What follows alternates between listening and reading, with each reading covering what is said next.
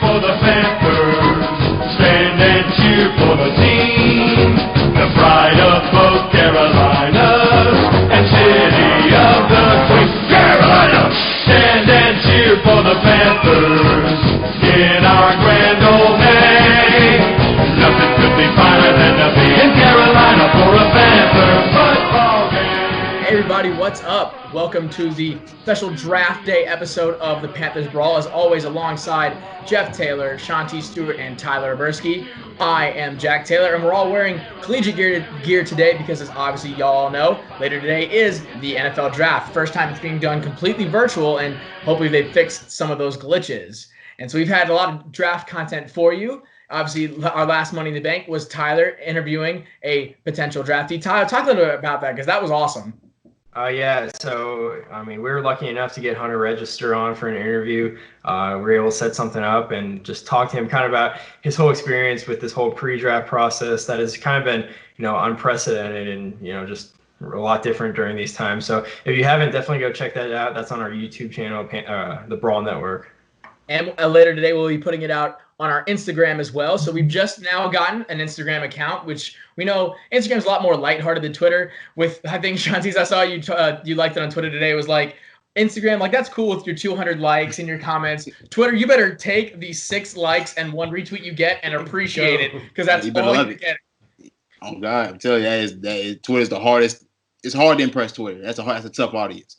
There are no participation trophies in Twitter. You either deserve what you get or you get nothing. So hopefully we'll get a bit more of a base on Instagram. We're going to start putting out episodes through Instagram as well, with our Money in the Bank episodes out on IGTV. So the first one we're going to put out is Tyler's with Hunter Register, and then you're just going to see some more more personal information about us, because it's hard. Twitter's very faceless. That's what it is. Like Instagram, you really get to see who's behind the podcast. So we're going to start introducing ourselves if you don't already know who we are. So it's been a crazy week in the NFL, even without all this draft stuff going on. There's been even other things going on. So Tyler, give us a little bit about what's been happening in the NFL this past week. Yeah, so unless you've been living under a rock, you saw Rob Gronkowski reunites with Tom Brady with the Buccaneers. Kind of like a whole NBA situation there, where one player goes and his guys flock to him, and there they go. That's going to really help their offense with already having Mike Evans, Chris Godwin, and OJ Howard at tight end. So we'll have to play against that twice a year. We have more uniform changes with the Patriots and Chargers updating their uniforms. I don't know. I thought the Chargers one looked pretty good, and then the Patriots, it was all right. I was wondering what you guys thought about those. Yeah. The Chargers, I love the Navy. Oh, the Navy. The Navy. The Navy all the way around, and they had the Navy lightning bolt. They chose the most boring color scheme and made it was so good. And the numbers on the side. I love that. It's like that's the old school, the perfect mesh between retro and modern, like we've been talking about. Like they found it. That was pretty cool. You can't beat the powder blue. And it took I loved the lightning bolts and stripes is the most unique thing in all the NFL, but they ruined it by putting the stripe under it. Right. So you just they just kept it as that. I wish they did what they did with the Navy ones, where it had the bolt, but then inside was Navy as well. Right. I wish they did it for all the jerseys, because that would be insane. And then the Patriots I like as well. What about y'all? Okay, well, I'm gonna say this: the Patriots uniform. And I only know this because I went to a D2 school. It looks like every D2 Nike uniform that you will find. I promise you not. And I'm not even kidding. If you go look up North Greenwood's uniforms and look at the Patriots, it's the exact same thing. It looks like New York. It looks like the XFL, the New York. The Guardians. Yeah, the Guardians. It's literally the same shoulder stripes. It's literally the exact same thing. I wish they would have took our suggestion about incorporating the '90s uniforms with the big numbers. Every Patriots fan hates the '90s uniforms, but I love it. It's been a bad couple of days for the Patriot fans. I imagine it's been pretty tough. Okay, but you know what? You can have a couple bad days when you have 6 chips. Absolutely. Right, yeah. They can deal with it. I don't feel bad for them. That Gronk is gone. Like, he was already gone. Like, it's not like he was going to come back to the Patriots. I don't think Gronk's the same anyway. I don't think. He's not. It's not the same Gronk. But what else? Continuing on with the news, Shaq Thompson, on his birthday, actually, donated 2,000 meals to healthcare workers around the area. Obviously, just a very generous move by him on his birthday to do that. And, it's very much needed during these times. And then also Sean Payton came out and said told his players that they're not doing anything until training camp. Don't even come with the whole virus. Just take care of yourselves and, be safe. And meanwhile, Tom Brady's getting thrown out of a park in Tampa Bay. I know, right? Could you imagine being the cop rolling up? Like, there's just some random dude playing in the park, and you go, hey guys, it's Tom Brady. What do I do? You can tell you can tell Tampa's not a place that's used to winning because they can look here. I don't care what's going on. Let them throw. The Yankees affiliate in Tampa Bay was like, you can use our entire stadium if you want to throw. One dude. Does Tom Brady not have a giant backyard and his huge Derek Jeter house? But I tell you, the Sean Payton and the Saints, and not seeing you till training camp, that's a pretty big move. That's a pretty big deal, and not for the veterans, but when you get into the draft and not having those mini camps, just to kind of start meshing and working a little bit, and you're telling people, come in shape. I mean, there are people who go to mini camps that don't come to training camp in shape. So to me, that's a pretty bold move. So early on, when we maybe June could lift some things, who knows? If they want to take that chance, let them do it. I'm perfectly okay with that. If they want to have a month and a half behind, we're going to need it. So, and obviously you saw, it was kind of known, but all the new Panthers picked their numbers today, or yesterday, excuse me. And we kind of all knew that Teddy was going to be 5, Robbie Anderson was going to be 11. Luckily, no one else picked any of the numbers that we said they weren't allowed to use. I think the only one was, Tahir Whitehead used 52, which, that's okay. He doesn't have his number retired, but as long as no one's using 88, 1, right. 89, 90, then we're good to go. So obviously, as y'all know, draft coming up later today, and this is a draft special. So a couple weeks back, Tyler had his first. It was a full 4-round mock draft that he had out for. I can't remember the name of the organization you put it out for. Whole 9 Sports. That's what it was. Is that what the first one you did? Yeah. Yeah. Okay, but now this one. We did first. That was when we did first. So now this one, you got a full, the 7-round mock draft just on the Panthers picks for the Brawl Network, and all the articles that they have going out on the Brawl Network website. So he just had 7 picks, so I had to do a little bit digging. I found another NFL draft, which luckily enough, all the players that Tyler picked were still on the board. Now, granted, they weren't the players we picked, but that's neither here nor there. It's fine. So we're going to integrate that just so we can give a little. You have to give him something to talk about. So. He's going to want to talk about the Titans and any game. And just go to see whatever Gamecocks get picked into the draft, because obviously Shontis and I, we have that. That's what we're looking out for with 4 guys going into the draft coming up later today. So we've got, is it first round and second round today, or is it just the first round? I don't remember. Just the first.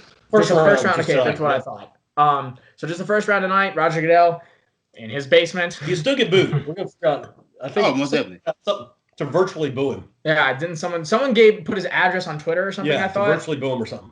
To actually go to his house and just boo him from outside, which that's how do you let that leak? I don't think it was real. I can't imagine. I really don't think. Goodell's a robot anyway, so he doesn't have our address. He just has a server he plugs into. Yeah. All right, so starting off, obviously, round 1, pick number 7 for the Panthers. Now, there's been literally within the last 24 hours, so much speculation and so much back and forth of, they're looking to trade up. Oh, they're looking to trade down. Oh, they're looking to do literally anything with the pick.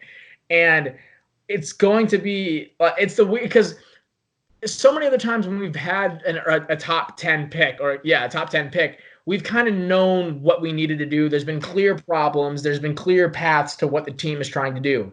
As we've said for the past month and a half, nobody has any idea what the Panthers are trying to do right now. I don't even think in the office. I don't think Herney and his demented brain has any idea what's going on. I don't think anyone has any idea what the hell they're doing. So we don't really know what they're going to do with the pick. I don't know that, and not even the Panthers. I don't know if anybody knows what anybody's going to do. Honestly, I think this could be the most interesting draft from pick 1 to the Mr. Irrelevant. Who knows? I mean, you're seeing this stuff every day, and it's like a moving target of trades and this and that. It's going to be must see TV this afternoon and this evening because who knows? I just seen so much confusion with the quarterback position this year that I can really remember. Usually there's 2 guys that we know that we have a defensive number 1 and a number 2. This year, well, we know who the number 1 is, but the 2 and the 3 and then the 4, okay, so who's going to take who? Right. And it's like you see the Dolphins are like, yeah, we're trying to get the 3rd and the 5th pick.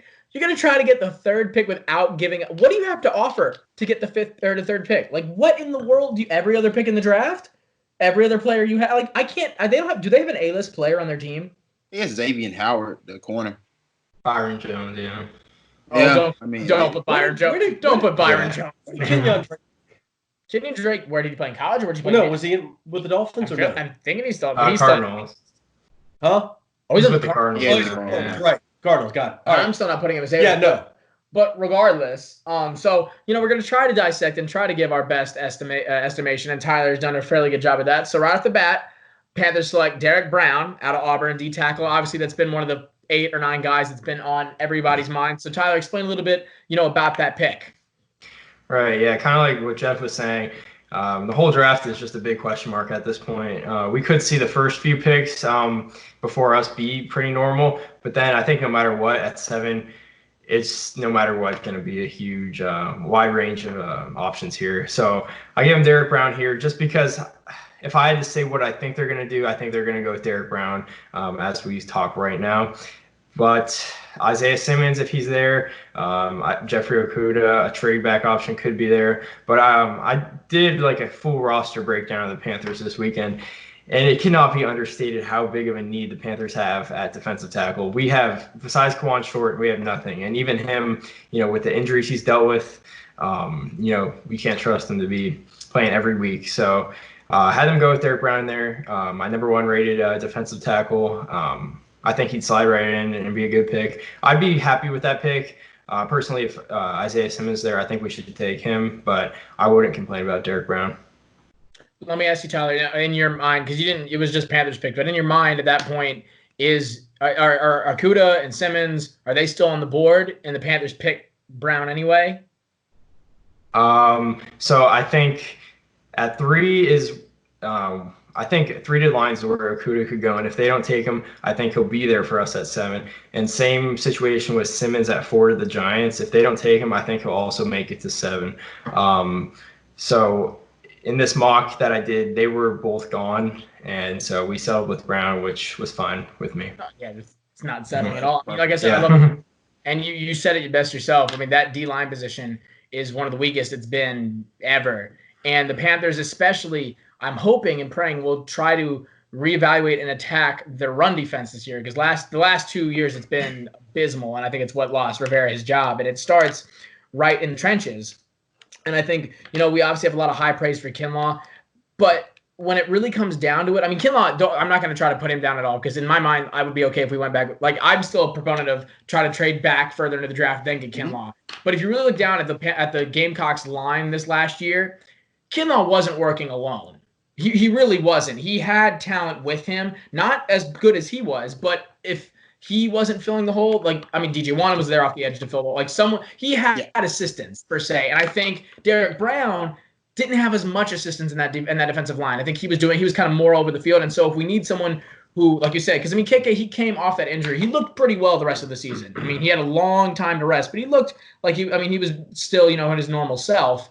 But we are going to need a lot of help. And if we need someone to help him, I think whoever's going to help him more, like who would be better if KK's not on the field, I think then you go with Derek. If KK, if we're trying to, replace KK or at least have a cushion for KK. I don't know if Kinlaw's your guy there, but that's just my opinion. Go ahead, Shontis. I mean, I guess I'm fine with Derek Brown. I've sat on today. I've seen some clips floating around Twitter with the breakdown of Derek Brown and Javon Kinlaw. And like I said, and like we all said throughout this process, Derek Brown's the more refined product right now. And if you're looking for a guy to fill in a spot right now, I think you go with Derek Brown. Just because of the fact that even with Kinlaw's immense talent, there still is a possibility that he doesn't develop as quickly as we may need him to. And if you need somebody to help to be of assistance to Kawan Short right now in the short term, then you got to go Derek Brown. And plus, I think he'll be a great pro as well. So I don't think you can go wrong with either one. And if Derek Brown's there, then you take him. I think that if, as you think about it, Derek Brown, if he's there, you got to take him. Simmons there, you take him. If, though, you are looking to rebuild and start this whole kind of rebuild process, trade down, get some picks, take Kinlaw, and roll with it. If you're dropping from 7 to whatever, 15, 16, 17, Kinlaw's probably going to be there. Yeah. So the gist is take it, get your picks, get some more picks, use it where you need it because you need a little bit of everything, and go that route. Either way, it's a no-lose situation. There's something about Javon Kinlaw. I don't know if it's just the fact he was a Gamecock, but just his speed, and there's just something about him that I love. So for me, Special. Well, yeah, I do. And while taking Derek Brown's great, and I agree with that, to me, trade that first, get down, get Kinlaw, and load up with some picks. I mean, you couldn't have said any better yourself. And also, the fact of the matter is, the Gamecocks, and it's going to sound biased here, but are incredibly underrated when it comes to producing defensive NFL talent. Yeah. I mean, you think of the players they have: Melvin Ingram, Stephon Gilmore, Jadeveon Clowney. Like they have, even Keyshawn Nixon was making plays in the freaking Super Bowl. Like Swanger's still in the league as well. Exactly. Yeah. I mean, they produce talent in terms of on the defensive side of the ball. And I mean, offense is lacking a bit, but regardless. So South Carolina is not. It's not because it's just South Carolina, but it also is because it's South Carolina. I mean, they have an emphasis on the defense, and it's like you're saying. And I was hoping you would say it. If we're trying to rebuild, then yeah. And see, you say, and I say it too, but then I felt about the conversation we had last time. Honest to God, there is so little percentage that they messed this up. Like there's so many options they have, and any one of these options I'll be mad at. Jordan Love, and that's what you heard it the other week. If they take Jordan Love at 7, I'm leaving the franchise. Hey, have you not thought about? I ain't gonna lie. I've seen guys on Panther Twitter float this idea around that if 2 was there at 7, do you take him? No, absolutely not. I mean, I don't. And you know, it's crazy. I thought that was a crazy idea at first. Then I started thinking about it. I'm like, well, Teddy's only got a 3-year deal. 3-year deal. It's really a 2-year deal in the NFL. It's a rental. If you want to go ahead and get your quarterback now, go ahead. And trade it. Was not. Go ahead. Tyler, what do you think? Yeah, I think he'll be there. That's I think he wow. will. Yeah.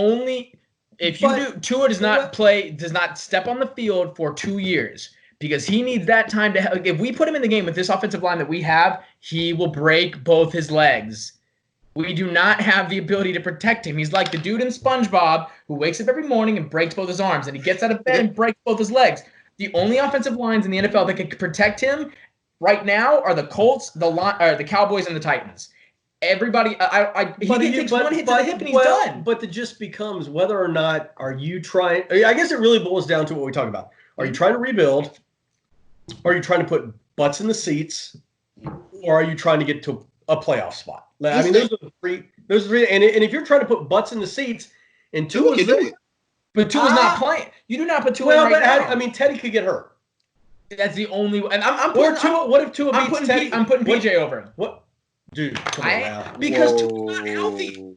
The physical, they said he came back great, but you take one. Look at Cam. Cam was fine the entirety of the 2017 season. I just watched it upstairs on All or Nothing. He took one hit by TJ Watt, and he was done. Is Tua going to take those hits? Because we have the same. No. Is Tua going to be smarter in terms of getting down or knowing a little more? Cam was in the pocket. Cam took hits. Okay, but I'm talking this specific hit where Cam was fine playing like an MVP. Right. Then he took TJ Watt to the shoulder. He was in the pocket making a throw. He took one hit to the shoulder. That was the end of his season. End of his career basically for the Panthers. Got it. He took one bad step against the Patriots in preseason. His foot was done.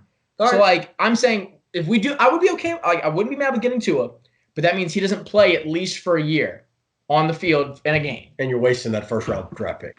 If you're trying to rebuild, then it's not a waste. Because he's learning from Teddy Bridgewater. Right. He's being. Yeah. I mean, would you say Aaron Rodgers was wasted the years he was learning under Brett Favre, or Tom Brady with Drew Bledsoe? Like, if it's one of those scenarios, then yeah. But I'm just saying, we don't have the line to protect him, especially with losing Trey Turner. Right. Like that's even more. And Darrell Williams. Like we don't have. He's going to get blown up. And I would say this: trading back is going to be the best option because there's not a period where. I mean, the scouting. I mean, I guess scouting for a lot of these college kids have been cut down to a bare minimum because of the coronavirus. Mm-hmm. You're gonna need as many picks as you can get with guys you can just bring in and just try to work with. Because I mean, it's not like Rule has a pool of players he's coaching the NFL that he can just pick from. He's picked a lot of Temple guys, and he's gonna need as many guys as he can draft to help fill up that roster. So you say that, but I guarantee you, we are going to just devour the undrafted free agent pool with every Temple, Baylor, and whoever LSU, every player that's open, we are going to scoop them up because we've seen it. Speaking of which, we didn't mention it. But the Panthers earlier today just finalized. They signed former XFL tight end Colin Thompson. He played for the Bears. He played with the Vipers. But who did he play for in college? Temple. So it's like nepotism in the NFL. I mean, and there's nothing wrong. Like if they're good talent, I understand. If they're not being looked at by other teams, then there's nothing wrong with it. But if you know them, it's that familiar. He's gonna need that. Yeah, as long as it pays off. Sure. But yeah, so I mean, there's very, very small margin, or there's a large margin for error. There's very few options that the Panthers could do that I would be mad at.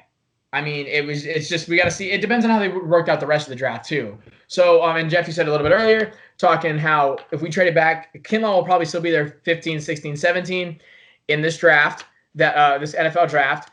Cowboys select Javon Kinlaw at number 17, and I mean, I know Kinlaw is going to go first round. I know it's going to be somewhere either mid or late first round. If not, if he doesn't go as early as he could. I'm not going to be mad to see him go to the Cowboys. I mean, I'm going to be a little disappointed. I don't want to root for the Cowboys at all because I like rooting for the players. You root for Debo. I mean, you root for Stephon when you can, or Kalani, depending who he's with. So he'd be going with, I mean, they got Gerald McCoy there. They have I can't remember any of those on there. They need some help on the D-line. They do need some help on the D-line. I've saw on the drafts where he's gone to the 49ers. I'd much rather see that because then you could see Debo and Kinlaw on the same team. But Shontis, what did you think about Kinlaw going to the Cowboys? Kinlaw to the Cowboys, they need some help on that defensive front. Obviously, they haven't gotten anything. I mean, they've missed on a lot of the guys they've signed in free agency as of late, even guys they've drafted. I mean, think about DeMarcus Lawrence, signed his big deal, didn't produce. Randy Gregory, well, he couldn't stay off the weed long enough to play for, so there's that. Then they had the Greg Hardy experiment, and they need a defensive lineman to actually pop for them because they're gonna need it, and especially in that division, if they can have that pass rush, obviously coming from the interior with a guy like Carson Wentz, that's a guy that's mobile but also hangs on to the ball long. If you can add more pressure to that front, then that's what you get. That's what you need to go out and do. Yeah, I'd love seeing him go there, and I just love seeing more Gamecocks in the NFL. Going down to the end of the draft. So this draft, also, I remember this is not Shontis. This is just an NFL draft. Right. Not Shontis or Tyler. This is just a regular draft. Because he made it when he was talking about it. You'll hear Jeff was not a big fan of some of these picks, and I was like, whoa, it wasn't Tyler. Don't ream into Tyler. He didn't do it. So this is the NFL draft that I saw. 29, the Titans pick Christian Fulton, cornerback out of LSU. Your negative thoughts? Nope. Well, first and foremost, the Titans need a corner. We know that. Depending on what happens. Malcolm Butler's coming off an injury. He's no good anyway. And then you've got Logan Ryan, who is not signed with anybody. So this kid from LSU, he was okay last year. I mean, he had 14 breakups. He had 1 interception. He had 1 tackle for loss. But he was suspended for 2 years for substituting his urine with somebody else's as a sophomore. So he got the boot for 2 seasons. I don't know, Tyler, what you may know about him. For me, if I'm going corner, and there's a lot, I don't know who would be on there, but Jeff Gladney from TCU seems to me would be the better fit. I don't know what Tyler's done in terms of corners and looking at stuff like that, but what do you know about this Fulton guy? And what do you think about Gladney, if you know anything about either one? Yeah. I'm bigger on both compared to consensus, I guess. So I think the only cornerback better than Fulton is Okudah in this class. Oh, really? Okay. Yeah, actually, I know what you're saying with the whole thing earlier in his career at LSU, but for us, it's kind of hard to tell like how some of these guys develop. But just from a few interviews and just seeing him speak, he seems like he's grown up and gotten better there. But I'm hoping he's there at 38 for the Panthers in the second round because he was always a locked in first round guy for the longest time. But now it sounds like some other guys are getting some buzz like Gladney, like you said. And right. But yeah, no, talking about Gladney, I'm a fan of him as well. A little bit like Jeff Okudah, but just a notch toned down and right. A little bit more raw. And I mean, playing in the Big 12. Not the same as playing at Ohio State, but I think he's definitely worth the first round pick as well. And I think they got to go cornerback. And and the cool part about it is no matter what the past was in terms of what he's done in the past, Mike Vrabel is going to set him straight. That's right. Vrabel's not going to take any crap. So he's the type of coach who's going to go, I'm a defensive guy. I'm going to get my defense in there, and we're going to be, and John Robinson's been known to really draft character guys. So it'll be curious to see, but they definitely got to go. To me, there's no question they go cornerback the first round. I mean, and so when you talk about cornerbacks, I mean, LSU, that's DBU right there. No, I mean, that's one of the best places to pick Exactly. cornerback from. Yeah. So I think that the stature of that university outweighs his potential if he passed, if he's the first one on the board. But Titans are not one of those teams that I could see trying to trade up to us to get, if they could get someone like Jeff Okudah off right at 7, if they think if that's apparent enough, I could see him trading toward more the middle to try to get Kinlaw. I could see that as well. Losing Casey, losing Jarrell Casey, and you pull that's somebody big, that would be. And if they don't get, if the Jadeveon Clowney sweepstakes continues to flip around, all of a sudden, because I'm gonna tell you this right now, this is my kind of throw it out there moment. Javon Kinlaw, wherever he goes, is going to be that Jadeveon Clowney type player. Period. I hope a little bit more healthy. Yeah, right. Yeah. But I think somebody's going to get that type of player. And for me, hey, if I'm Tennessee and and you lost Casey, yeah, like you said, I hadn't thought about trading up yet, but trade up. You got nothing to lose. That's what I'm saying. You got to start. You got to start thinking you're in your Super Bowl window. You have the least. You got to go. You have the least amount of need for draft picks. Right. Honest to God, So other than just getting depth. Yeah, so go. Really, I didn't think about that. So then, another going to round 2, pick 38. A guy, the Panthers' second pick that Tyler selected was AJ Terrell, cornerback from Clemson. And, we talked about that. And so I would love if he fell there, because I've seen a lot of mock drafts where he's gone out of that first round, like last 2 or 3 picks, either the Chiefs or the 49ers, but the Titans. or the Titans, honestly, he's gone there. So if we could snag him up, I mean, we know Bradbury's gone. I can't imagine they trust frickin' Ross Cockrell or whoever they have, whoever's going to potentially play that position. So I think, they're looking for someone who's going to start opposite of Dante. And I mean, if you have to, and Tyler, you can talk about it, Shontis, you can talk about this too. You cannot put the Clemson game on. You cannot have that as his full, full catalog.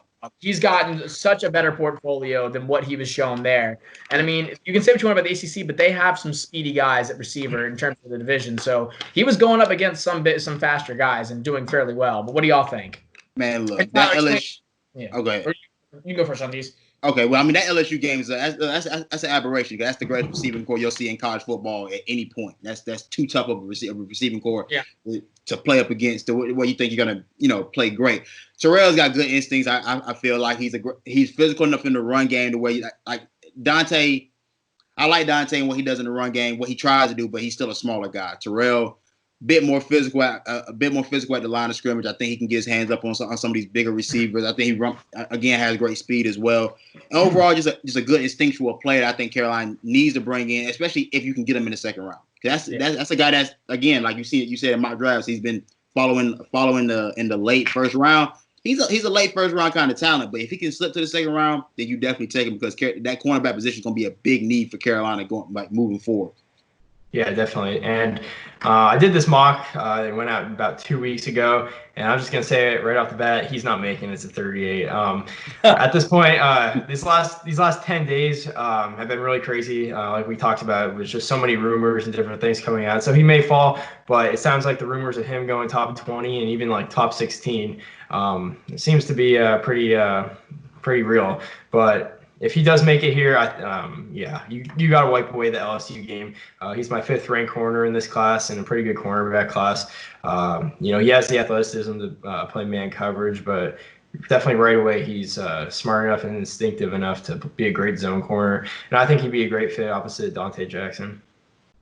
So then, Tyler, talk about if he's gone, because another guy I've seen, and we could maybe wait around if we wanted to, but I think he kind of gives you some of a similar skill set to AJ Terrell, a little bit just not as big, maybe not as physical, but Bryce Hall out of Virginia Tech. What are your thoughts about maybe if he was on the board, either maybe not at that pick, maybe the 3rd round, but would he be a good fit for the Panthers as well?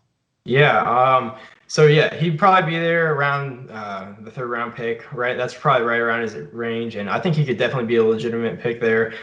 So the thing about the cornerback class is it's a good class overall, but it's top heavy, and it kind of dies off after the first 10 or so guys, and I would include him in that 10. So that might push the back 5 push them up the board a little bit, just because teams know they can't, get a later round corner that's going to be just as good. Just my thought. And I mean, I don't think he's anywhere near AJ Terrell. He dealt with I think a torn ACL, causing him to miss all of this past season. But in 2018, he had a great season, and I like what he can do a lot. He's not the most athletic guy in the world, but pretty much everything else is he's very good at it. So if the corners aren't there, where do the Panthers go with 38? Do they go offensive line? Do they go linebacker? Do they go defensive line? Where do you guys see that kind of going if all of a sudden the corners, the market's dropped off? Where do you go? That's tough. Yeah, it's definitely possible that some of the corners are gone. I think a lot of them are going to end up going late round 1, and you're going to start to see some of them fly off the board early round 2. So there's definitely a chance the corner's not there, or if we already address it in round 1. If we don't address defensive linemen, we could definitely do it there, I think. Maybe reach on a linebacker. I think it'd be a reach for any guy at 38 unless Kenneth Murray or Patrick Queen fell. You could also look at safety there too. Yeah, I mean, that was my one stipulation with your mock draft was that, I mean, it took a little while to go for offensive linemen, and I'm kind of a bigger advocate where we need to surround our quarterback. We need to protect him, and I thought, and we'll talk about your picks that you made, later in the draft, but I thought that that's the position that I think we could have jumped for maybe in these first 3 rounds, just because, I mean, and I'm not as researched, so I don't know how much of a depth there is for this offensive lineman class, but I'm never going to shy away from getting a offensive lineman that isn't an injury risk that we know of at the time and actually had a full season and will be able to play the full season. But because I say that, and that's what happened with Greg Little, and nothing against Greg Little, but we all realized how that turned out. But just in my mind, I mean, that's a more that. So if there wasn't a cornerback there, that's where I'm going. Just because it's what I think we needed. This is another one of our bigger holes. It's in the trenches. The game is won in the trenches, and unfortunately, right now for the Panthers, that's one of our biggest issues is both sides of the ball. So, Tyler, let me throw it out real quick, and we can move on after this. So, is there an offensive lineman up high that we could jump on, where instead of taking a second or third tier corner, you take a risk and jump in on an offensive line before somebody else does? You mentioned a couple. Is that who you would they be there? So. I personally. Sorry, dude. No. I think both our tackle spots are going to be set next year, whether you like it or not, with Taylor Moton and then Russell Okung, who we got in the trade. Not sure if how well that's gonna go, but so I do definitely agree that we do need probably 2 guards, and the interior class on the offensive line. I mean, the tackle class is good, but the interior guys, it's kind of rough. And I think one might go in the first round, and the rest of them, I honestly wouldn't spend the 38th pick on one of them. Yeah, it's like I mean, obviously the cornerback is a bigger issue now because we have so much. We lack so much right there. It was just so we'll go into it after we'll talk about give Jeff a chance to talk about the Titans' 2nd round pick, but we'll talk about who you picked 3rd. For the Panthers after that. So with the 61st pick, the Titans in this NFL draft selected Bryson Hopkins, a tight end out of Purdue. And again, you can see Jeff is not a fan of that as well. Want to tell the people why, Jeff? Well, you got 3 tight ends. You got Jonnu Smith, who had a great year and is only going to improve. You got Anthony Fursker and Michael Pruitt, who, by the way, people may not know them, but they produced, they scored touchdowns. So their tight end crew is pretty stout. I mean, Fursker was as influential as Ed Dixon probably in certain seasons. Yeah, I mean, he was right. a backup. And so and Delaney's gone. We get that. I understand that or whatever. But for me, if I'm the Titans, you got to take care of replacing Jarrell Casey or Jack Conklin. So for me, I'm almost looking like defensive line. Go for somebody like Marlon Davidson out of Auburn. He was actually an outside linebacker, but they said he could play, the defensive line or the edge. So bring in there, get that taken care of. We don't have to talk about it all night, but go get yourself. You got to replace Jarrell Casey. And if I'm not getting Kinlaw or something like that, I'm going after somebody played in the SEC, can play pretty versatile, got some speed. That's who I'm going with. Stay away from tight end. Yeah. So in the last 3 years, I've been doing this whole scouting thing, and of all the years, this tight end class is the worst position group that I've scouted ever.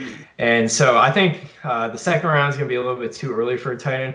But why not do this? If they really need a tight end, why don't you trade the 2nd round pick for O.J. Howard from the Buccaneers? Honest to God. Bam! They got Gronk. And I wasn't going to bring it up because we could talk about it all day long, but I'm really curious as to how that's going to play out in terms of here's O.J. Howard, who's given his all, who's been with the team. Gronk's going to come in and they're going to kick him to the curb. I mean, he's not getting any playing time. One of those two are not going to be happy. And I got a feeling it's going to be O.J. So, Tyler, and here's the deal. We're going to see some freaky trades. Oh, yeah. I think we're going to see the Leonard Fournettes, O.J. Howard, OBJ, Odell Beckham Jr. I think we're going to see some trades that are going to happen that'll blow people's minds. So, Tyler, I'd be all for that, dude. Honest to God, if I'm the Panthers, go. I don't want to give up a draft pick per se, but in terms of Ian Thomas is still up there in terms of his potential. I think he still needs a bit more time. Why not go after O.J. Howard? And then also, didn't even know, is Jamal Adams up for? Is his contract up, or is he just tradable? Because if he keeps talking to McCaffrey, if he keeps teasing us like this, we're gonna give him money. I didn't know about this. Oh man, look. Look, man. Go ahead and get if you go get Jamal Adams, bro. I'm gonna tell you right now, we need to win at least. We gotta win at least 8 to 9 games. I'm not gonna lie. Oh yeah. I'm not gonna lie, because that would solve all the secondary roles that we've had for the last let's see, about 5-6 years we've had in the back end, where we haven't really had a young guy that we're gonna move forward into the future with. That's an all-pro player. You go get him, then we gotta go win right now. Jamal Adams tweeted at McCaffrey just nothing, saying, "I love CM22." That's all it was. And I mean, I don't know how often players just tweet random love at each other, but in my mind, in this day and age, that's not innocent. There's something. There's been chatter. There's been chatter. And if we had Trey Boston and Jamal Adams, oh my God, when Trent Williams is out there, Trent Williams is gonna be out there also. I don't want Trent Williams. I know, but I'm just saying he's out. Yannick Ngakoue too. Yeah, I mean, now if you're the Titans, why would you not go the Titans? He has decimated. He's been the one. Well, they've mentioned the Broncos. Could you imagine Jarrell Casey? Do they Von Miller? No, Ngakwe. I mean, all those. I mean, come on. That'd be wild. That Denver line could be scary. Anyway, So then going in third round, 69th pick, Panthers draft Logan Wilson, linebacker out of Wyoming. Now getting Taylor Whitehead, that was just trying to lick, the wound. That was doing nothing. That was putting Band-Aid on, like a gash. So there's nothing helping really. But in my mind, I think that's kind of what I'm saying. I think in that third pick, in my mind, I think the bigger issue would be our offensive line. Like obviously linebackers is an issue, but the defense is going to be bad. It's going to be subpar regardless. That front seven is going to be subpar. Worse than the offense, no matter what we do, just because of the people that we lost. I think we have a chance to salvage the offense and actually score a good amount of points. And if we can keep scoring points, then it doesn't matter how bad our defense does. So in my mind, I would have gone for a lineman with that third pick. I mean, I looked at the tape on Logan Wilson, and he is a very similar, he's got that same kind of feel as Kuechly and would be able to attribute right away. But I mean, I'll give you a chance to defend your pick, Tyler.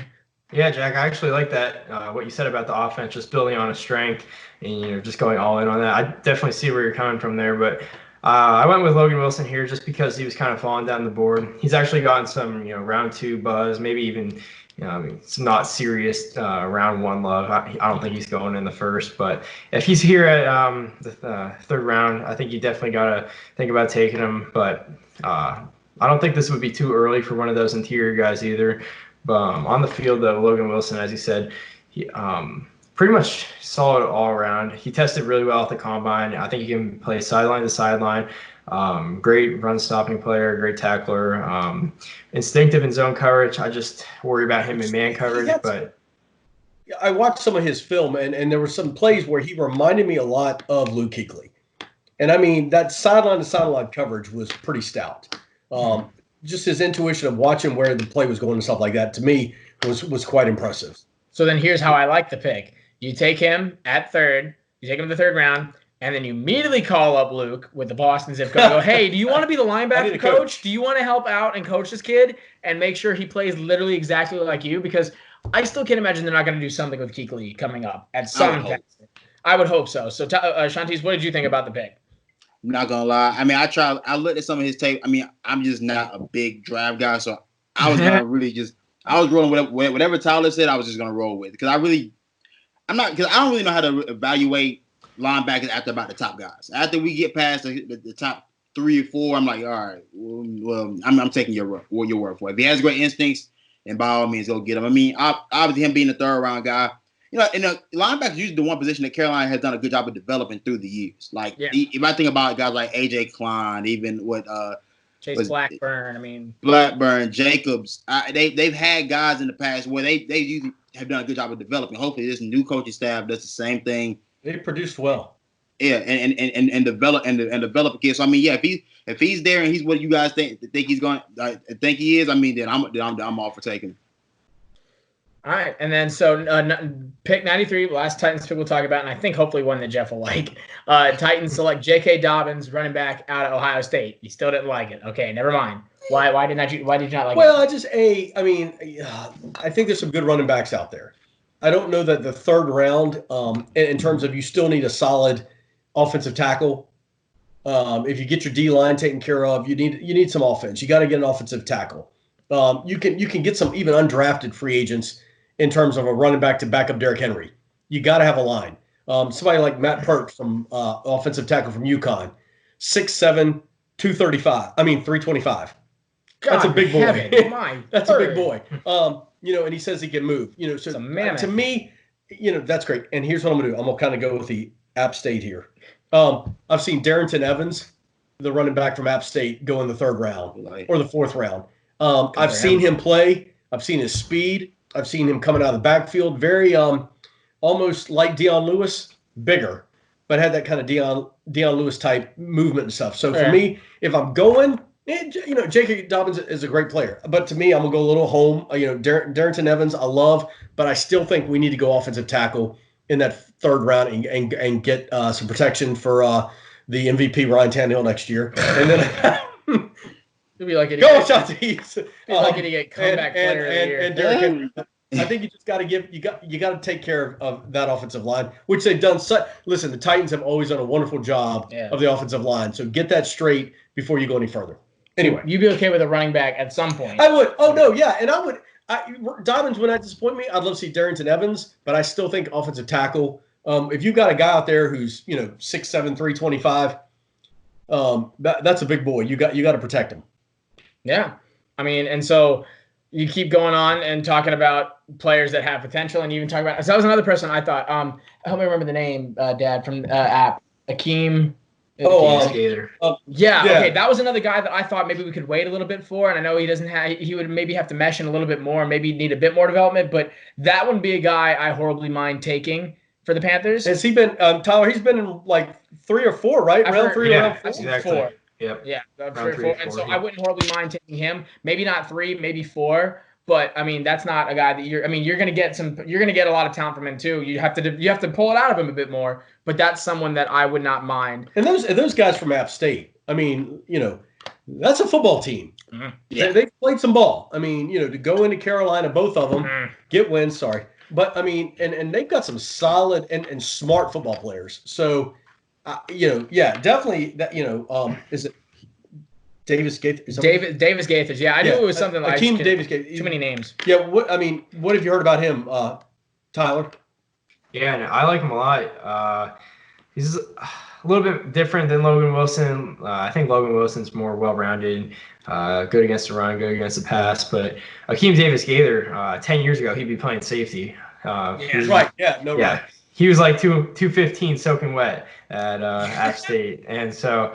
I mean, he'll definitely be able to put on some weight in the NFL, but I think that's what the league is going to with, a lighter defense, faster defense. He'll be better in coverage than a lot of guys, and you're never going to ask him to be, playing inside against the run, but he's going to be matched up against tight ends, running backs, and even slots. So I think he's going to go top 100.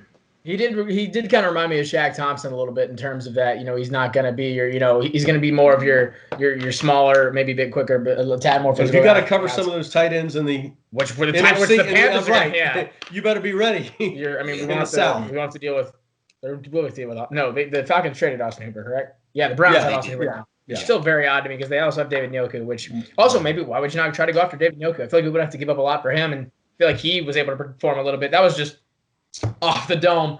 So continuing on, getting into round 4 now. So there's another draft. At 108, the Redskins picked up Bryan Edwards, wide receiver, obviously out of South Carolina. And I mean, I don't know what I've seen him go 4th or 5th. I mean, after tearing his 5th metatarsal, and you never know. And he had the ACL injury earlier. You never know what he's going to, how that is going to hold up. But I mean. And it was weird because Shontis, you saw this too. People were talking about that he was inconsistent, and that's I don't know where they're pulling that from, because he's been the most consistent talent for the Gamecocks. Aside from Debo in the last all 4 years. I mean, leading receptions, leading in yardage. So I think and even Shontis, you mentioned never the horrible thing to have too many weapons. So if the Panthers were to go after him a little bit later, I mean, I'm not gonna blink twice at that. But I mean, Redskins, I'd love to see him with Ron. I'd love to see who I think, if Cam were to go with the Redskins, and I wouldn't mind seeing Cam throw to him. But good for him. With all the all the ifs in his repertoire. I think anywhere that he goes, he's going to be able to be. He might kind of fall into that class of wide receivers that don't, and Gamecock wide receivers that don't produce a whole lot in terms of actual receptions, like your Farrell Coopers, your Demir Birds, your Eric Norwoods, your Bruce Ellen, whoever you want to say. But Tyler, what do you think about him overall?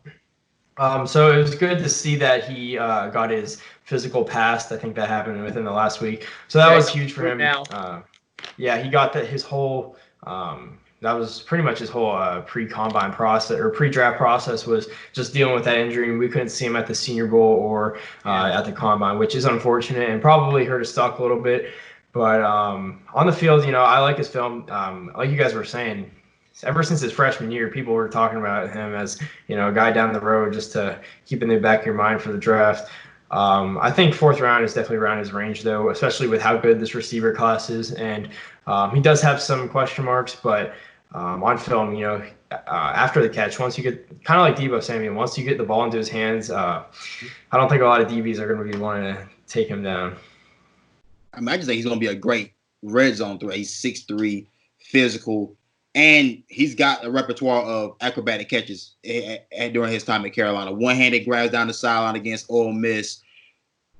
Against Tennessee. Fade right to the end zone. He's great. He's got a great set of hands. Physical when he goes up at the point of attack. He snatches the ball out of the air. Type of guy you like to see. And again, I think he also has good speed, not great speed, not what you probably would love to see, not elite, but again, good enough to where that if you put him in the right system with his physical tools, he can be something special. I think you're right on the money there, Shontis, and I agree with what Tyler said too. That just his football smarts. I think if all of a sudden you get him in that red zone, and like you said, he may not be the fastest guy, but when I watched him play, he ran the routes, he went after the ball. You weren't going to out-duel him for the football, and at the end of the day, that's a big deal. And I think Jack, you brought up too. The South Carolina receivers, you've had good ball players. Yeah. You've had good, consistent ball players who produced. And so to hang your hat on that, he's not the speed of Debo, but I think he can produce. And I think in that red zone, he could be great for whatever team takes him. What's special about him, and you see it in the amount of receivers, especially in terms of his size. He's got great hands. He's got the hands of a receiver. He's got the legs of a running back. When his run after catch and bouncing off of tacklers, he does not go down easily. There'd be catches where he's running a post route in the middle of the field, and then he's getting bodied by a guy, but then he just brushes him off, and he gets an extra 15. DK Metcalf or AJ Brown, kind of. His ceiling is Alshon Jeffrey or higher. If we're making these comparisons straight to he has that red zone ability of Alshon Jeffrey in my mind. His floor is someone like Devin Funchess. He's a big guy. He has that, but he's not as inconsistent. If you want to talk about inconsistency, there's your inconsistencies, Devin Funchess. But unfortunately, if he takes a long time to develop and he's not in the right system with the right, he could filter away. That's just the fact of the matter is that he's got that kind of same. He can be on either side of the spectrum. He can be that kind of Alshon Jeffrey guy where he's average and a little bit above in one system, Super Bowl caliber, helping him win Super Bowl in another system. So, the Redskins, it's iffy to me. They have their only receiver is freaking McLaurin. McLaurin, yeah, and then, he's nice. He's not, and that could be a good offset. I honestly think in that team he has a good chance of getting on that floor right off the bat in my mind. Yeah. If he still help, I mean, if he can make it work in training camp, he in my mind can make that starting squad just because of their talent or lack thereof on the Redskins. Yeah. Moving on. So this is an interesting pick. Number 113, round 4, the Panthers taken not out of a college, but out of the XFL, Kenny Robinson, a safety. Now, Tyler, this was another one that I was like, okay, I see the talent. I see the potential. But again, I mean, we don't know. On the O-line, yeah. Well, because we don't know. Well, not even that, but just so like, yeah, because if we didn't get Logan, if we get Logan at 3rd, I'm okay with that. Then that's where I'm going to want to see. I mean, it's not a huge difference when you get to that day 3, the 4th, 5th, 6th. I mean, it's not really, but in my mind, there is from that bottom 4 or the top 4 rounds to 5, 6, and 7, there is a much steeper drop off. 3 and 4, there's really not. So like, and plus too, the thing with Kenny Robinson is safety. Like I said, I watched the tape. He's a playmaker, and I think he would fit well. He's a ball hawk, and he's got those eyes downfield.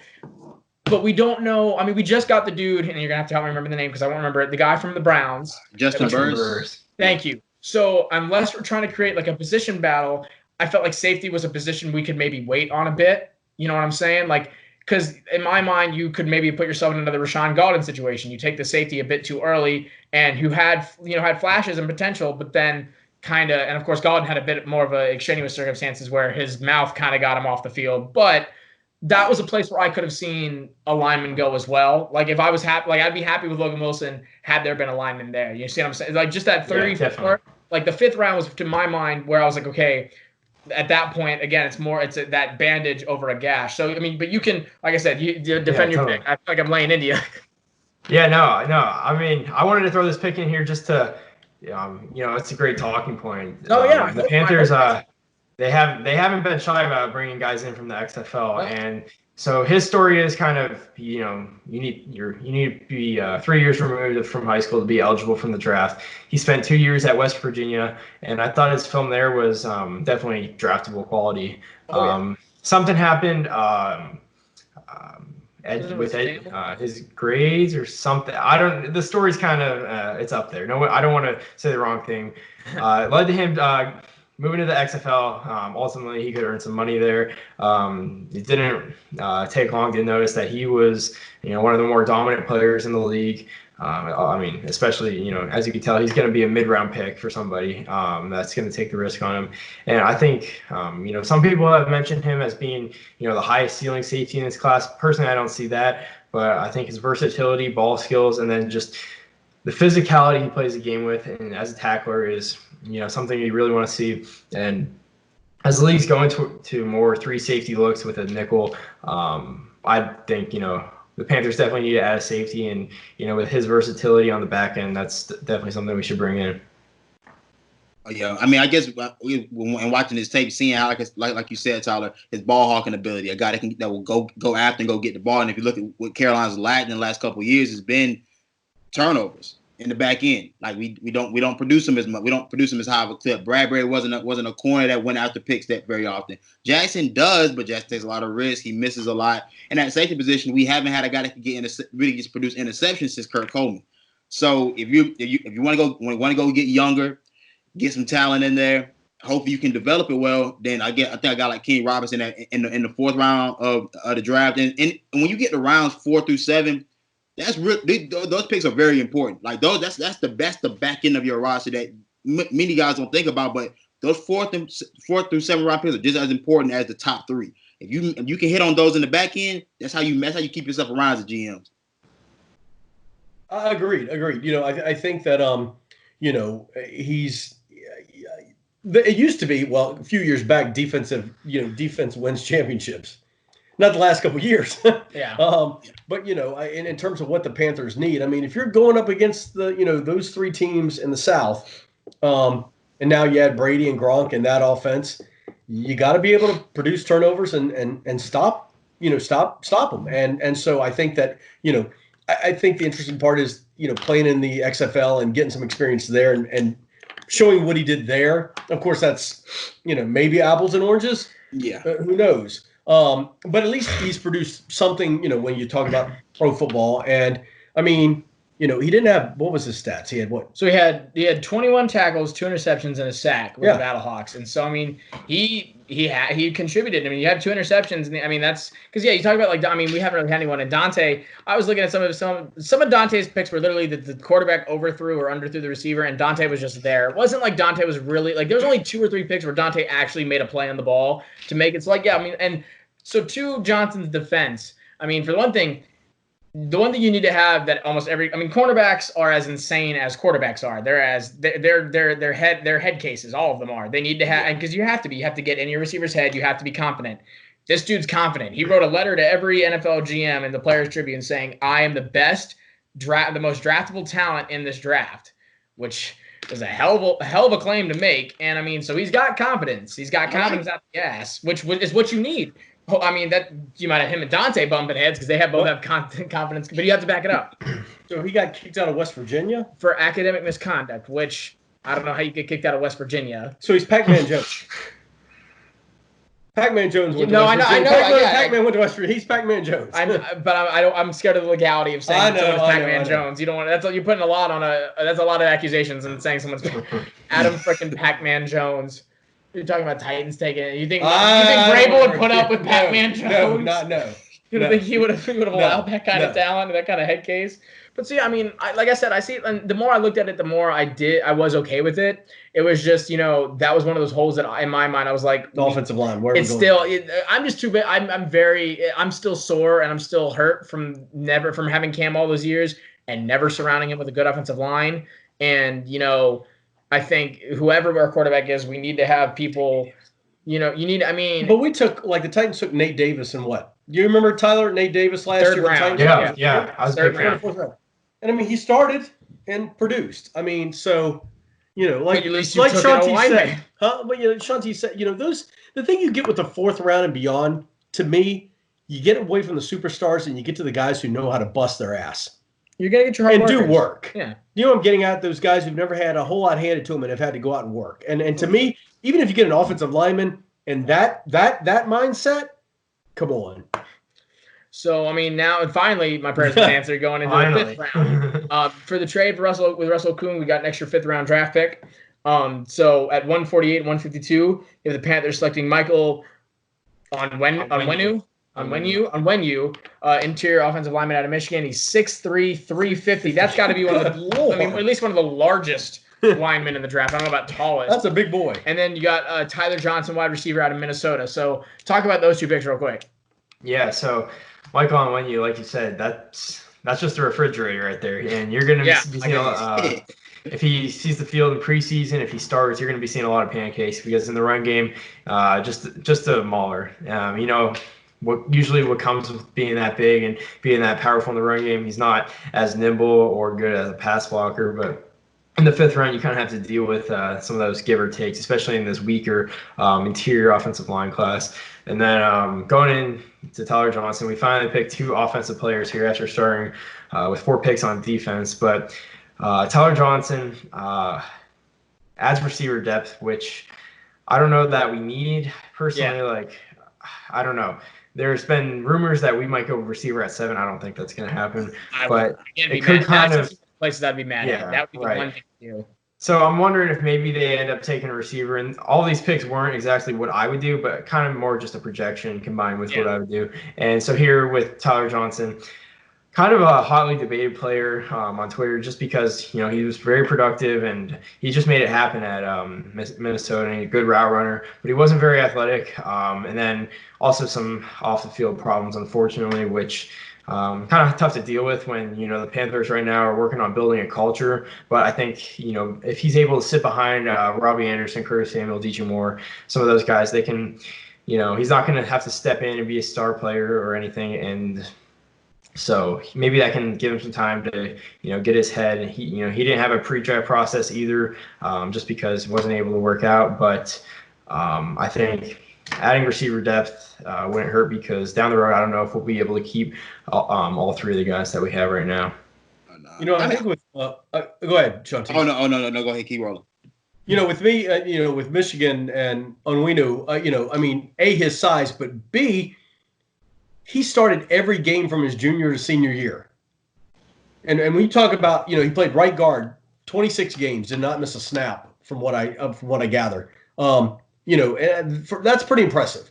So to play your junior and senior year, start at right guard, in that offense, in that environment, that's pretty stout. And to be the size he is, like you said, the fridge, that's pretty crazy. And I think to me the Johnson pick, that in round 5, I agree with you, Tyler. I mean, the kid's got some speed, he's got some hands, and that's when you're going to get the players. That's when you get some guys who are going to produce.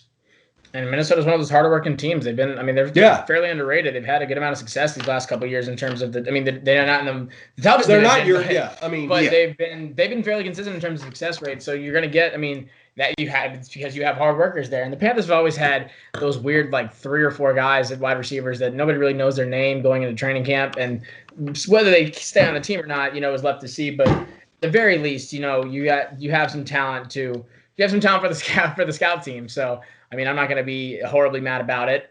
All right, moving on, round 6. You've got another Gamecock taken. We don't need to spend a whole lot of time on him, but 182, the Lions select Joseph Charlton. Woo! Yeah, punter. Good for him. That's sad when your punter's getting noticed. But let me tell you what, a punter in the NFL is worth its weight in gold. If you can get somebody late, have at it, Chief. He'll be punting a lot for the Lions, so he'll be getting his work in if he's a starter. Right. Good for him. He's had a couple. He was a good guy. He was top 5 in the NCAA, wasn't he? He finished top 5 in terms of just average net yards and stuff. I'm pretty sure. I don't know if Tyler pays attention to punters, but I have no idea. I haven't got up to date on. Come on, man. They're Panthers. They're punters. They're not even kickers. Quarantine wasn't long enough for that. He was top 5 net yardage. Well, then he was top 5 net yardage. Well, then that is great for him, and I'd be happy to see him on a team. But the Gamecocks punted way too much. Well, yeah, we did. That's probably why he was top 5. That's why he was top 5. Yeah, exactly. Huge catalog of plays to choose from. And then, so this round 2 Gamecocks go, because at 184, and I was surprised, and I like this pick. And I don't know if he would be able to make the team, if he makes that 53, but I'd love to see it.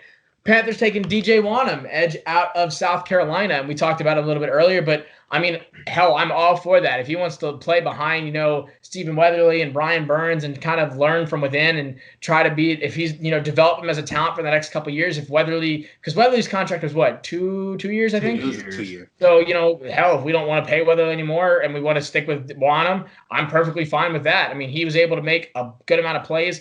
He is a great edge rusher. That was very underrated in terms of his talent. He was able to get to the quarterback, and even if it wasn't sacks, it was hits, it was rushes, it was dropbacks. So that's something the Panthers have been lacking in the last couple of years too. So that's somewhere that he could make. I'm still a big fan of F.A. Obata, but at least they can pal around a little bit.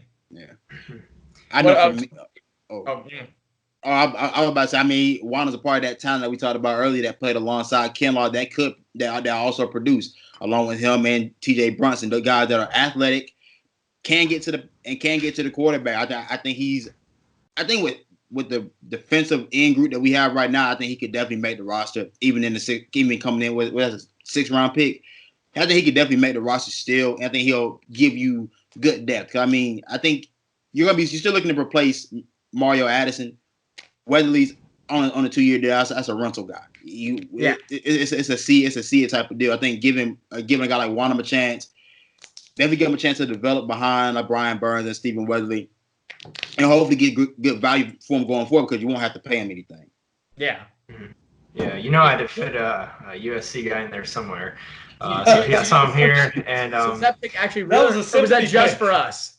Yeah, a little bit. I was like, don't want to talk about this. So, I think I might have mentioned it in there actually, but I think Wanham at least is on the radar of some NFL guys, because he did get a Senior Bowl invite, and that's just they send out the invites based on what they're hearing from teams. So there's definitely something there. I thought he was great against the run on film. I also think, at this point in the draft, it's definitely special teams oriented, and you're going to have to do something on special teams. And I could definitely see with his profile being a guy on special teams. And I think at some point we need to draft an edge. Yeah, that's true. Who thought, just the person that just came into my mind, and I don't even know if you know him, but I was a proponent of Panthers drafting him back when he went into the NFL to back up Kuechly. Where's Sky Moore at? Can we sign I him? know. Yeah. Oh. Where's Sky Moore at? at? I know he's with the Colts for a little bit. He Yeah, was, he was but I don't know with if he's still anymore. But what were your thoughts on him, Tyler, when he was coming out of the draft? That was a while ago. That Oh no. Uh-oh. Do we lose? We're just gonna keep talking. So anywho, Sky Moore was a I don't know. quarterback in South Carolina. We lost you there for a bit, Tyler. I don't know if you realized it or not. Yeah. It's okay. My bad. I mean, he was film oriented. He had that kind of football IQ. He was a little bit smaller, but he was fast off the ball, and he would fly around the field for the Gamecocks. So he was, and I just remember I was a fan of him and wanting that. I feel like he could have learned from Luke Kuechly, but that was just a random thought that popped into my head. But He's with the Colts. is he still with the Colts? Okay, I don't think he actually plays. He played one game. He played one game. Well, if he wants to maybe play for the Panthers a little bit, I wouldn't. He's small. I do remember that much. He's a little bit smaller for an inside linebacker. But regardless, so moving on, round 7, your last round of the draft. You can do whatever you want with it here. So we have the 221st pick. And you had the Panthers selecting, I hope I can say it right, JaMycal Hasty, running back from, I'm assuming you included this just because of Matt Rule, but Baylor. So go ahead and explain that pick a little bit. Yeah, I mean, we made it, that was 7 picks in the first 6 rounds, and no Baylor, LSU. I mean, I had to fit him in somewhere. And actually, I'm a big fan of Hasty. I would take him probably 4th or 5th, honestly. His film's good. He hasn't had the workload or reps, really, but he's very athletic. Some of the mental part of his game's there with his vision. He's a smaller back, and a lot of Panthers fans won't want to see us drafting a running back after we just, threw the bag at Christian McCaffrey, but I think that's just even more of a reason, too, because you want to spread out McCaffrey's volume, take some hits off him, and, add some more competition to, Reggie Bonifant and then Jordan Scarlett, who we drafted last year. And the biggest thing, again, with Hasty, kind of like Wanham, is he was a huge special teams contributor for Baylor. So I'm really hoping if they bring in any Rules or Brady's guys, I hope it's JaMycal Hasty. Yeah, well, like I said, we're gonna need to give someone to keep McCaffrey's longevity up. He's gonna need to take some breaks, whether we like it or not. And I'm still a big proponent for Bonifant getting those reps, but I'm never gonna shy away from competition and never gonna shy away from. If you have a better guy, then that guy's gonna step up. So, honestly, we're probably dreaming with not having a Baylor pick or a Temple pick or an LSU pick until the 7th round. But if he has the familiarity, especially with the question mark that is the NFL offseason and can fit into the system really quickly, then that's just going to help you out more than it hurts you. So what are y'all's thoughts on that? I don't think they're going running back. I think that, and not to go against you, Tyler, I think at some point they have to go quarterback. I think they got to pick a quarterback somewhere in this draft. So I'm going to throw out a long shot for you. I'm going to go Bryce Perkins out of Virginia. Oh, my God. Now, hold on. But his speed is ridiculous. His athleticism, his agility, needs to work on his pass a little bit. He's not Lamar Jackson, but he has very Lamar Jackson-esque type deal. And if you're going to go after a quarterback, who you got? Teddy, and who you got? Will? Well, let's say PJ doesn't pan out.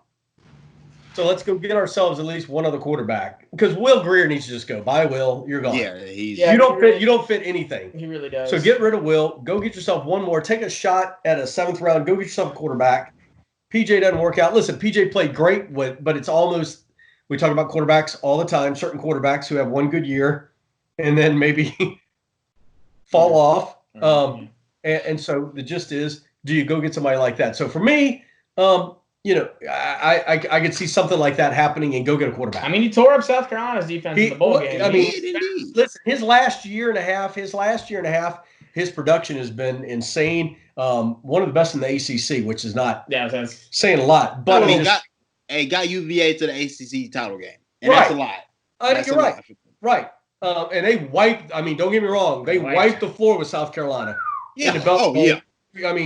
Whether South Carolina wasn't ready, that's older than Morgan. Oh yeah. But just, you got nothing to lose once you get to round 7. Go get yourself a quarterback and see what happens. Not the worst idea. Although, I will say this year, I'm interested to see. I know we have PJ Walker, but in the terms of we had a very old-minded offensive coordinator both this year. I agree. Yep. Now we have this collegiate Young, pro-style offensive coordinator. Well, I'd be very that's interested to see how Will Grier now factors into that, where you have because he was very, very productive in college. It's not a run and shoot type. No, it's very productive in college, you're and right. now, I mean, this is where. So if he has that same mindset coming out of it, who's to say that he doesn't get a start over PJ Walker and maybe is revitalized in that new type of offense? Because it's a whole, not even just offensive coordinator, but all the whole coaching staff is more collegiate oriented. And obviously they're going to transition to the NFL a bit more, but Joe Brady only can so much. Whenever I think of Joe Brady, I think of, and I mean, only a couple of y'all get this reference, the new, and in the show Blue Mountain State, you remember the new offensive coordinator that comes in like halfway through the show? Have anyone seen Blue Mountain State? I probably watched the first 2 episodes, and that was. No, I've never seen it. Never seen it. You're too young. You're too old. Come on, Shontis. Is it too white? Come on. Yeah, I tried it. It was I tried it. It just didn't work. Okay. Well, regardless, they're like he's got this aviator shades on. He's coming in. I'm the head coach. Like it's my way or the highway. And that was the whole. And I feel like Joe Brady has a little bit of that in him. Just because, I mean, I feel like a good amount of offensive coordinators do that aren't 65 years old. And then last but not least, Mr. Irrelevant, number, what is it, 255? However many picks there are in the draft? 260? 255 this year. 55. Okay, so number 255 to the Giants, backing Saquon Barkley, is our very own Rico Dowdle.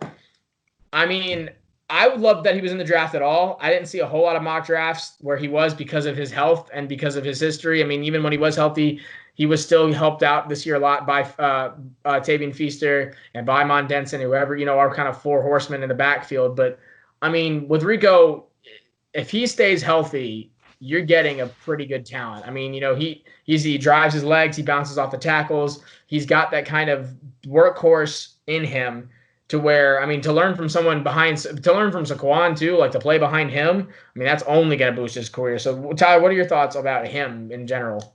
I didn't really do much work on him besides watching him live, which he definitely looked very talented. I will say, though, Matt Miller of Bleacher Report, he was his RB12 in the class, and that's by 255, there's probably going to have been already about 15 to 20 running backs. So he likes him a lot. I thought he's a talented player. What do you think about him, Shontis?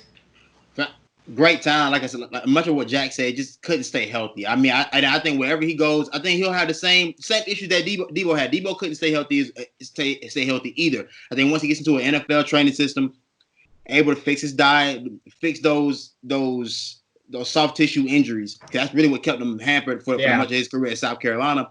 If he can stay healthy, then he's a great backup running back for Saquon Barkley. He can definitely help take the load off. Solid hands out of the backfield, can create in open space. I think that's definitely somebody you want to have as far as like a rotational back. You need that type of guy in your system if you want to just help take your starting running back and get them through the season. You need. If he could go to the 49ers, he would be a great part of that, like that rotational, like that with Matt Breida and whoever. He would have a pretty significant role over there. Like that's a pretty big role. Like they would just go around and around, and it'd be literally what they did. Oh, he'd be perfect there. So along with what Tyler said about being, what'd you say he was 12? Yeah, he was ranked 12 for Matt Miller. So I saw a draft. The Titans have 3 picks in the 7th round. My goodness. And they actually had Joe Reed, a wide receiver from Virginia, then Rico Dowdle, and then they had Bryce Perkins, the quarterback from Virginia. Really? As their last 3 picks. So Rico going to the Titans. I would love Rico going to the Titans. And be that Deion Lewis, be that Deion Lewis type deal again. He's good at it. He's a good compliment. No, yeah, with him and Derrick Henry. So they have Rico Dowdle going 237. This one did to the Titans. So I'd take him in a heartbeat. That'd be kind of cool. That's like I say. Well, let me ask Tyler one question: is there a big real difference between Dowdle and Hasty? Could he move up above Hasty, or no? I think definitely anything can happen. I don't really know where the league's at with Hasty. He was at the Senior Bowl, got an invite there. But personally, Hasty's far and away better for me. he wouldn't go to the Panthers ahead of Hasty because, like I said, I mean, if Hasty, the Baylor running back's there, that Baylor running back is going. That's just the fact of the matter. Well, yeah, no, I know. I would also watch out for after the draft. See who we start picking up. Leftover Baylor and LSU. Oh no, it's right. Yes, and I think the Panthers and I think the Panthers not normally have done it, but the Titans have always been proponents of going after those UDFAs. John Robinson jumps on the. I mean, freaking the one receiver was undrafted, was he not? What's his face? Oh, the guy who caught the 2 long touchdowns against the Ravens. What's his name? I can't remember his name. It's got a super long name. It's gonna kill me now. Shoot. Something. I'm embarrassed. Not Ray McLeod. That was always.